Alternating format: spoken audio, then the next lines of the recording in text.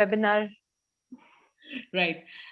We have with us Vikalp. Vikalp has been the founding member of the GoIbibo Group and has also founded the digital healthcare startup that is Eka Care that does 24/7 free consultations for patients suffering from COVID-19. He's also been the core people behind the development and design of the Arogya Setu app.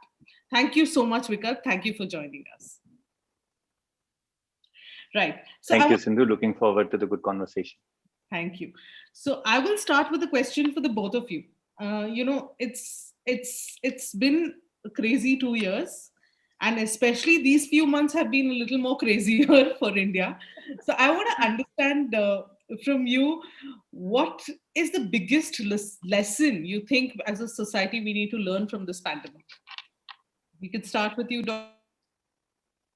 I think our whole world has been taught a very important lesson of really living in harmony with our environment, protecting our environment, and valuing the relationships and the needs that we have fulfilled so easily till now, rather than going crazy after the wants that are never ending.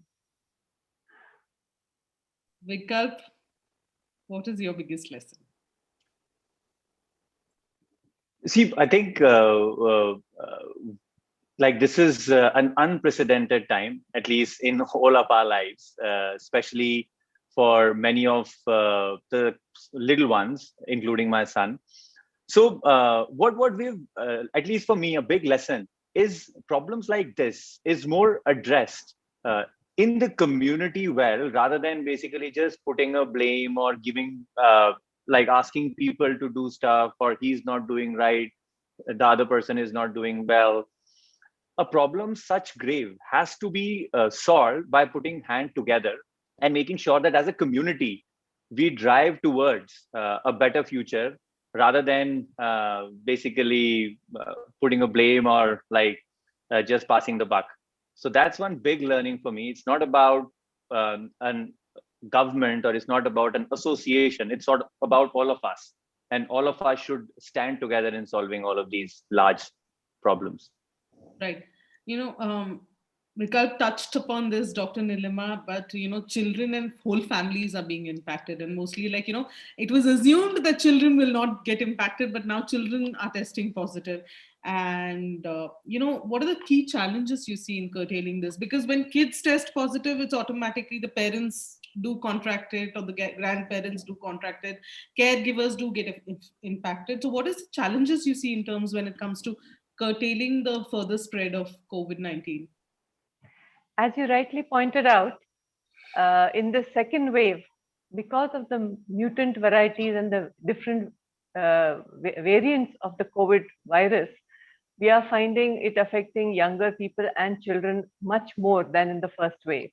But luckily, by God's grace, the children still have milder symptoms, and the risk of complications are very, very low, except if they have comorbidities like asthmatics or immunocompromised status because of any other health problem. So by and large, children are still safe. But the challenge, as you rightly said, is when a child is affected, the whole family gets into a tizzy. And the other thing which people may not realize, but a lot of children are asymptomatic positives, and we don't test them, and they become super spreaders. Because all said and done, even with lockdown and everything, children need to play outdoors. And unless they're supervised by the parents and ensuring that they're playing non-contact games like skipping, running, cycling, or dancing, singing in the open with other kids, but not touching them or not very close to them, because you can't expect them to wear masks and play. But they are causing the spread, especially in gated communities and apartment complexes. The challenge has been in how to curtail that spread. So my sincere suggestion to all those who are listening and parents of young ones is that follow all your precautions at home. Don't expect the child to understand why it needs to be done if they're toddlers. But if you make it into a gamification sort of thing and a fun thing, that you do it because it's fun and not because you have to do it, children are more likely to follow it, and you have to lead by example. And Right. in case a child does get affected, protect the super seniors and the vulnerable people by keeping them isolated, because the child is not going to sit in a room. And taking adequate precautions, but not going crazy about it, contacting your pediatrician on the phone and giving all the supportive treatment, and not getting too tensed up and worried. That's the mantra to keep them safe. Right. Sounds very doable at the moment. So I'm hoping that people listening do follow it. And if there are any questions in between, do put them up. We will see. We will do ask them towards the end, and we'll see what can be done. Vikalp, you have been an active part of information healthcare systems. Though you are in the startup front, you've been an active part of trying to give as much of help possible in this pandemic, these 2 years.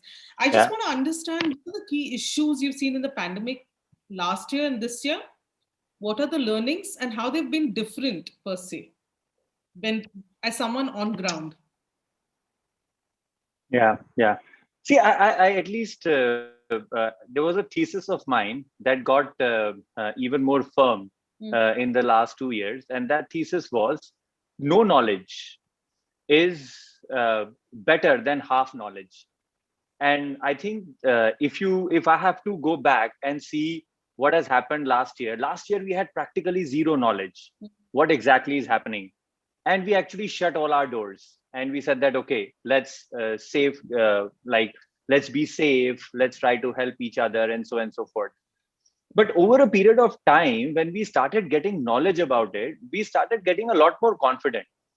I know the culprit is me as well. I started practically going to office for a few days, and malls have been open, and not only open, that's good. But we were careless as well as a community because we had this half knowledge. And I think that is what is the biggest lesson again that I have seen over these 2 years. Because of the half knowledge, we ended up reaching a state that we never wanted to. Last year, we tried to do many things. This year also, we are trying to do many things. But because of this half knowledge, one key issue that I am seeing today is a lot of panic, which practically was far less earlier. Right. Yes, there is a problem. Yes, there is, and it's grave. There is no questions about it. But I think pressure on healthcare gets quadrupled if there is a panic on top of it. And Right. that is also what is happening. And I think that needs to be addressed. So the initiative that we are also taking is exactly for that. If we can actually tell few people who don't need to get panicked and put a pressure on healthcare, I think you would save lives of others who actually need a right kind of a treatment. And that's the other thing that I'm realizing while into thick of these things in the last 2 years. Now, that's fortunate or unfortunate, I don't know. I don't want to basically, when we were building Arogya Setu and people used to say that there is so many downloads and so forth, we used to say that it's better that you don't need these kind of efforts, which means that there is no pandemic. So it's unfortunate that we are living in this time, but this half knowledge and panic is something that I see far more today than Right. last year. Right. Doctor, talking about numbers and increasing second wave. Now there's talk of a third wave. Then Japan is going on a fourth wave. So I don't know how many waves we still have to survive. But a positive sign is there's a small and slight dip. Maybe it's because of the lockdown and everything that's happening in various states. What I want to understand it is, how can we continue to be vigilant and careful? Because we did see that, those lines outside alcohol stores and malls getting crowded, and then marriages, big marriage parties. How can you continue being safe and careful, and why is it still necessary even if numbers drop? What Vikalp said is very true. Partial knowledge is very dangerous, and a lot of myths and misconceptions have grown One of them being, if you're vaccinated, you don't need to follow precautions, which is an absolute no-no, because vaccination, even the best of the vaccines anywhere in the world, do not guarantee prevention of infection. They reduce your risk, but they also increase the risk of being asymptomatic positives and therefore carriers and spreaders, as well as they reduce the complication rate and mortality. But the sheer numbers will not come down with vaccination. And a lot of people think you take the vaccine, even first dose, and you're protected. No, even after the second dose, only after 3 weeks is the complete immunity there. And I have enough doctor friends who, after both doses, have still been tested positive and have come down with severe reforms as well. So please, please do not go away from the SMS principle. The social distancing, the mask wearing, and the sanitization of hand and face. That is just going to be a part of our life. And if you look back, actually, it was always a part of our Indian culture. We never really hugged and kissed. We greeted with a namaste. Now the whole world is doing it. We always wash our hands before and after meals. We come home after going out, we wash our hands and feet. And this was the norm. But a very important factor is that human beings, being social animals, need that social interaction. How much ever technology may help, there's nothing like the human touch and the human interaction face to face, where energies come together, synergies happen, and multiplication of positives and diminution of negatives can happen. Whereas now what he said is true. It's not just the virus pandemic, it's the panic epidemic that's happened. And that's causing far more harm. One of the very important roles that step one doctors play, and I'm one of the volunteers right from the start, is in keeping that 85 to 90% of people at home, because your bed is the best bed. No hospital bed can be better than that for a good sleep and a best recovery. And that's the role telehealth is doing. But people are panicking. And just like in the start of the first wave, in panic, what was the first shortage in the US? Toilet paper. Now it's oxygen in India, because people are going and hoarding it. What if somebody needs it? You know what? When somebody needs it, let the system take care of it. And kudos to our BBMP and other municipalities. They are really doing a fantastic job of coordinating and collaborating and working. And a partnership model between private hospitals and public healthcare. Yes, it is still overwhelmed. Yes, our doctors and nurses are exhausted physically, mentally, emotionally with the continuous duties, because I'm part of that IMA Doctors for Doctors initiative, which takes care of doctors' well-being. And 500 plus doctors in Maharashtra, when they got tested, resident doctors, when we spoke to some of them, you know what was the highest emotion among all of them? Relief. Next 15 days, we don't have to get into a PPP and go and do duty. Oh my God. They were COVID positive, but they were relieved to get that 15 days break. So they're working tirelessly, endlessly, continuously. So my appeal to everybody is, please take care of yourselves, take care of your communities and your societies to reduce the pressure on our overworked, overburdened healthcare system and doctors and nurses. Please take care of yourselves. To both of you, I just want to touch a little bit more on this before I go forward, because when it comes to panic, it is understandable, because you're hearing a lot of dreary and depressing and sad stories across India. It's not, and every family has been impacted in some way, directly or indirectly, whether it's your immediate family or relatives or friends. And it's just, so panic is bound to happen. It's a normal human emotion, because it's unknown and we also can't control it. It's not something that can be controlled. What do you think people can do, from both of your understandings? I would like to understand, what do you think people can do to reduce the panic, to be more aware and be, a little more calmer, because it doesn't, so that we don't put so much of pressure on our healthcare systems. I'm sorry, I slightly disagree with your statement saying panic happens and we can't control it. No, panic is our reaction to the situation. Yes, what we can't control is the outside situation and the ground realities. But we can control our response to that, rather than reacting with panic and desperation and like headless chicken behaving. if we just take a deep breath and do a reality check, 99% of the people will figure out for themselves with no external counseling required that, you Right. know what, it's not as bad as we imagine it to be. Yes, there's a pandemic. Yes, the number of cases is going up. But by God's grace, again, the mortality percentage is still low. Yes, statistics are a percentage and it's good to talk about. But when it's your near and dear ones, yes, loss of life causes bereavement, causes pain.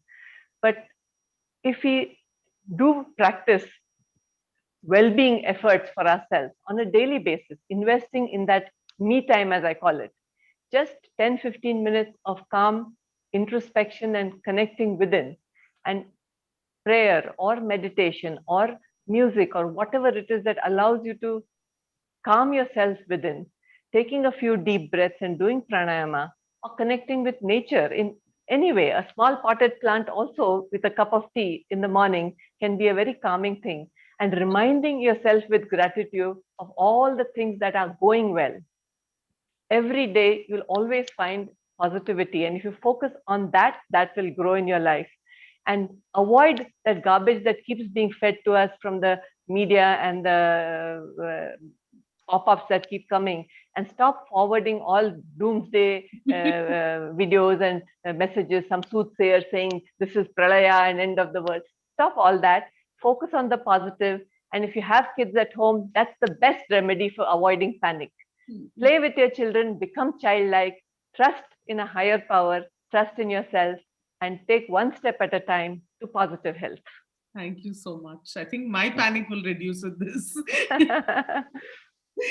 Vikalp, what do you think, Vikalp? I have just, I mean, see, I obviously, whatever Dr. Nilima said, I mean, I wish I was as spiritual and as calm, but I've realized that a lot of this is also natural. I mean, you as an individual, if you are able to do that, I would, if I have to basically give an advice or a suggestion, I would rather say that rather than panicking by yourself, or then running around and looking at WhatsApp, to running around on social, or looking at the various ways of fixing yourself, talk to the expert in the most easiest possible way, so that it doesn't create any burden on the resources that are far more scarce. So maybe if I have to go ahead and see, there are a million plus doctors in our country.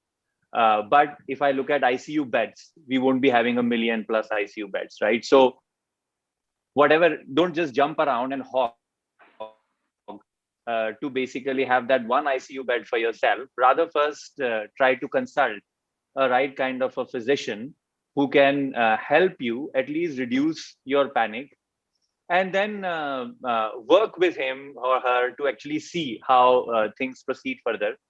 That's one thing that everyone should do practically in such situation. That would be my advice. Right. And again, try to do it as much as you can without a physical contact, at least at this time. Right. Doctor, we touched on this, like previously I spoke about this and we touched about this. Mental health impact is quite strong in the pandemic. And we saw that globally last year with a lot of people across the US and Europe suffering with mental health issues. And we see that more significantly now in people in India.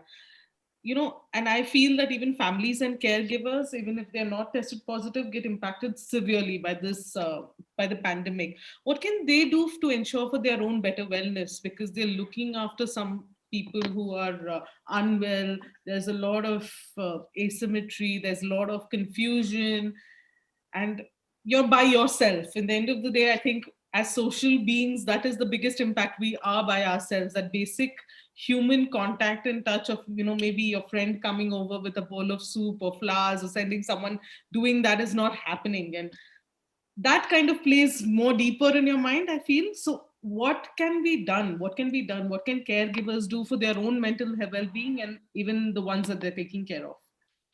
It is true. The medical community has already put it out there that more lives are going to be impacted with mental health challenges during and after this pandemic than were ever affected by the virus itself. because emotional stress is at its peak right now.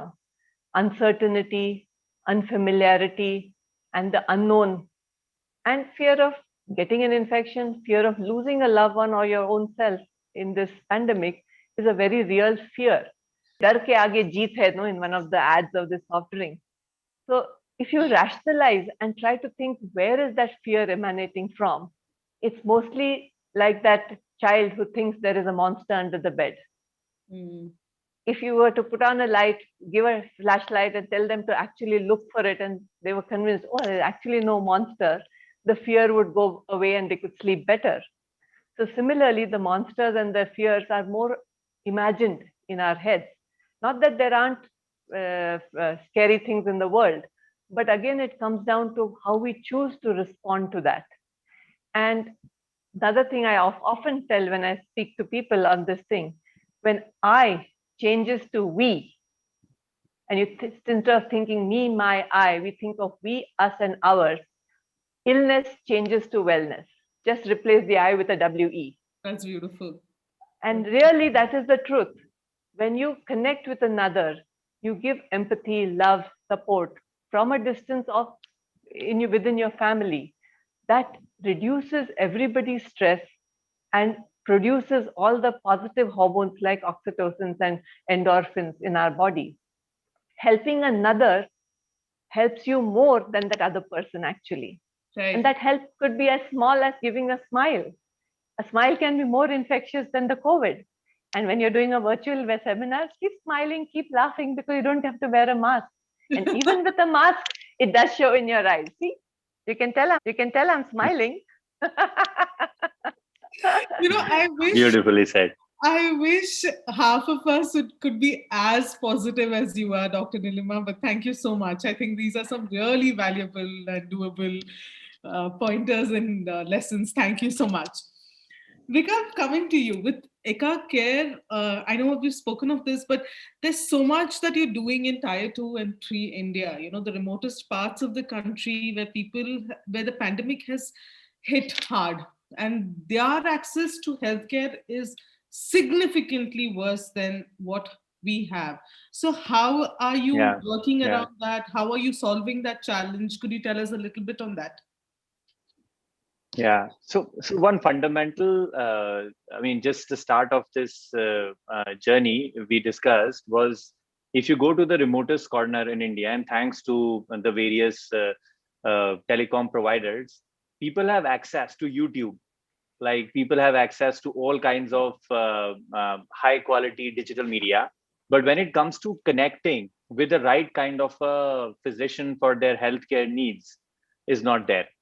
Mm-hmm. So fundamentally, that is what was one of our aim. That's why Eka Care, we've launched in 2 languages. It was in beta and 2, but now we will be going live in 7 languages in next 2 weeks or so. Specifically, it's important at this point in time. And we are reaching out to people. I've got lots of connects in Assam, and there are, so we've actually, out of the people that we have helped, just to validate this thesis of ours, that would we be able to service people in the remote areas, we actually said that let's do something in Assam, and we did a bit of influencer reach and all of that there. Mm-hmm. And 30 to 40% of our traffic is from Assam. And now we are trying to basically also see if we can have doctors who can speak the native languages. So again, going back to your question, if technology can deliver a platform where the way entertainment is delivered to the remotest corner of the earth, in a similar way, if healthcare and the first physical consultation or teleconsultation can be delivered to the remotest corner, and as Dr. Nilima was saying, if Dr. Nilima can talk to anybody for 5 minutes without medicine, she might be able to make that person feel better. So a lot of this just as a joke, counseling I speak matters. 7 languages. I can speak 7 languages. Wow. I think you can immediately contact Dr. Nilima. Yes. So I've already made a note of it. But coming back to it, so yeah, we feel fundamentally that the way entertainment and the way e-commerce, the way everything else is being delivered using technology, if technology can deliver healthcare to the remotest corner of the country, starting with consultation, then with all other things. And there are many great companies who are actually doing this. We are also, we would also like to follow some of them. We would also like to prepare products that can give this value. Government of India also have a very good platform, eSanjeevani. They have done massive amount of teleconsultation. Yeah, at Eka Care as well, we are trying to achieve that by leveraging the core technology. And that is what I know. Like Dr. Nilima is a doctor, I'm a developer. Right. Vikalp, I just want to understand in these few months with the consultations that are happening in Tier 2, Tier 3 India, what are the biggest challenges you see? Other than maybe a language barrier and tech connectivity, do they have the same challenges of awareness, information asymmetry? What are the challenges that you see? See, there somehow what we have figured out is in rural. I was talking to my house help. She's from a village in Ranchi. The problem is all the rumors and the non right information, so to say, spreads much faster over there. That injections are not good, let's say, or you should not take this medicine, or if something happens, you should isolate that person. So fundamental problem that I see is basically just the distribution of knowledge. Am I freeze? Okay. No, no. So that is what we Yeah, have your connectivity is not smooth. I'm not able to hear you clearly, Vikalp. If some have an inside, I'm in the Silicon Valley of India. So yeah, you need to take a step back and repeat yourself. Yeah, no. Yeah. Yeah. So, but no, but what I was basically saying is, it's all about information delivery in the rural India and making sure that the wrong information doesn't basically seep in. Like, take this medicine and you will get better. Don't take injection. Vaccination might not be good for you. Now, if this comes through the right source, if a doctor basically looks at you, understands your condition, and then gives you the relevant information, and it doesn't become a rumor, is what I feel is a problem I see in Tier 2, Tier 3 city. And that's what needs to be addressed. Right. Okay, I think we are coming to a close, but before we close, I want to ask both of you, what steps do you think we should take as a country to bounce back? Because the impact of this pandemic has been on mental health, on jobs, on the economy, on health, obviously health. I mean, I don't even have to say that, but it's just been massive and it's been really strong. What steps we can take to bounce back as a country? Doctor? I think our strength being our numbers, it is very easy to multiply good work X number of times.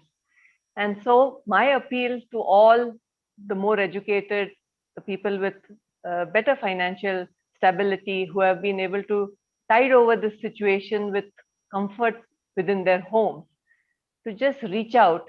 And if each of such person reaches out and makes a small difference to 10 people in their circle of influence, whether it's your maid, cook, or the fellow who sells vegetables on the thela or the corner shop, or whatever, an orphan child, or any of the NGOs doing grassroots level work, financially, physically, emotionally, or even with any little bit of difference that you can make to spread positivity and happiness, it can be multiplied so quickly that we can overcome these challenges. And of course, the message to our government and the people who make policies is to improve and make our public health system a more robust and a more widespread network, and making hybrid models of tele and physical care for the remoter places, and working on all of this, because today this pandemic may be overcome, but who knows what other viruses are around or what other infections are around. It may not wait another 100 years, because everything gallops these days in the fast track mode. And so you never know. So gearing up for it and being prepared to scale up and reach out and ensure that that most vulnerable segment of the socioeconomically and educationally challenged segment is not impacted so hard next time we go around. But within this period also, to keep our sanity and to keep ourselves in a more happy frame of mind, a simple solution that has evolved, nothing to do with doctors, but within your gated community, find a couple of families who may be in the same age band or whatever, or your children's have friends in that same, and knowing that they follow similar safety measures, having limited social interactions with only those. It's almost like saying it's a joint family living in apartments or villas across the road, but not interacting with the larger community as such. So a play date of these two kids who are kept in safer environments, and they interact every few days, or the same thing that they play outside, and the parents can also, elderly people need that.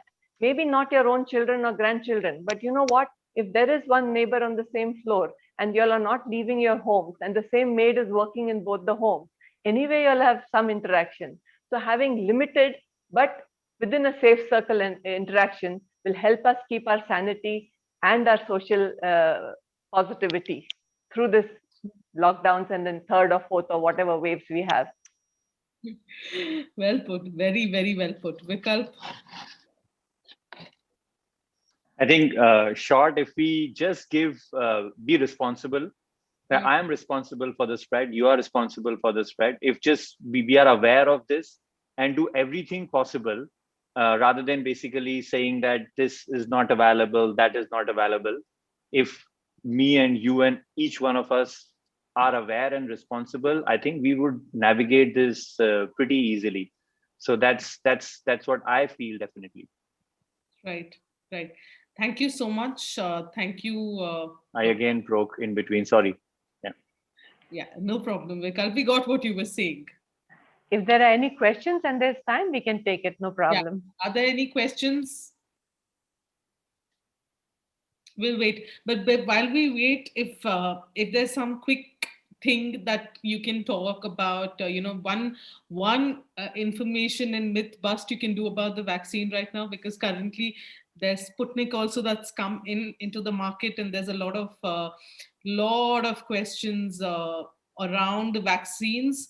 So availability, shortage, Indian variation is not good, Indian variation is good.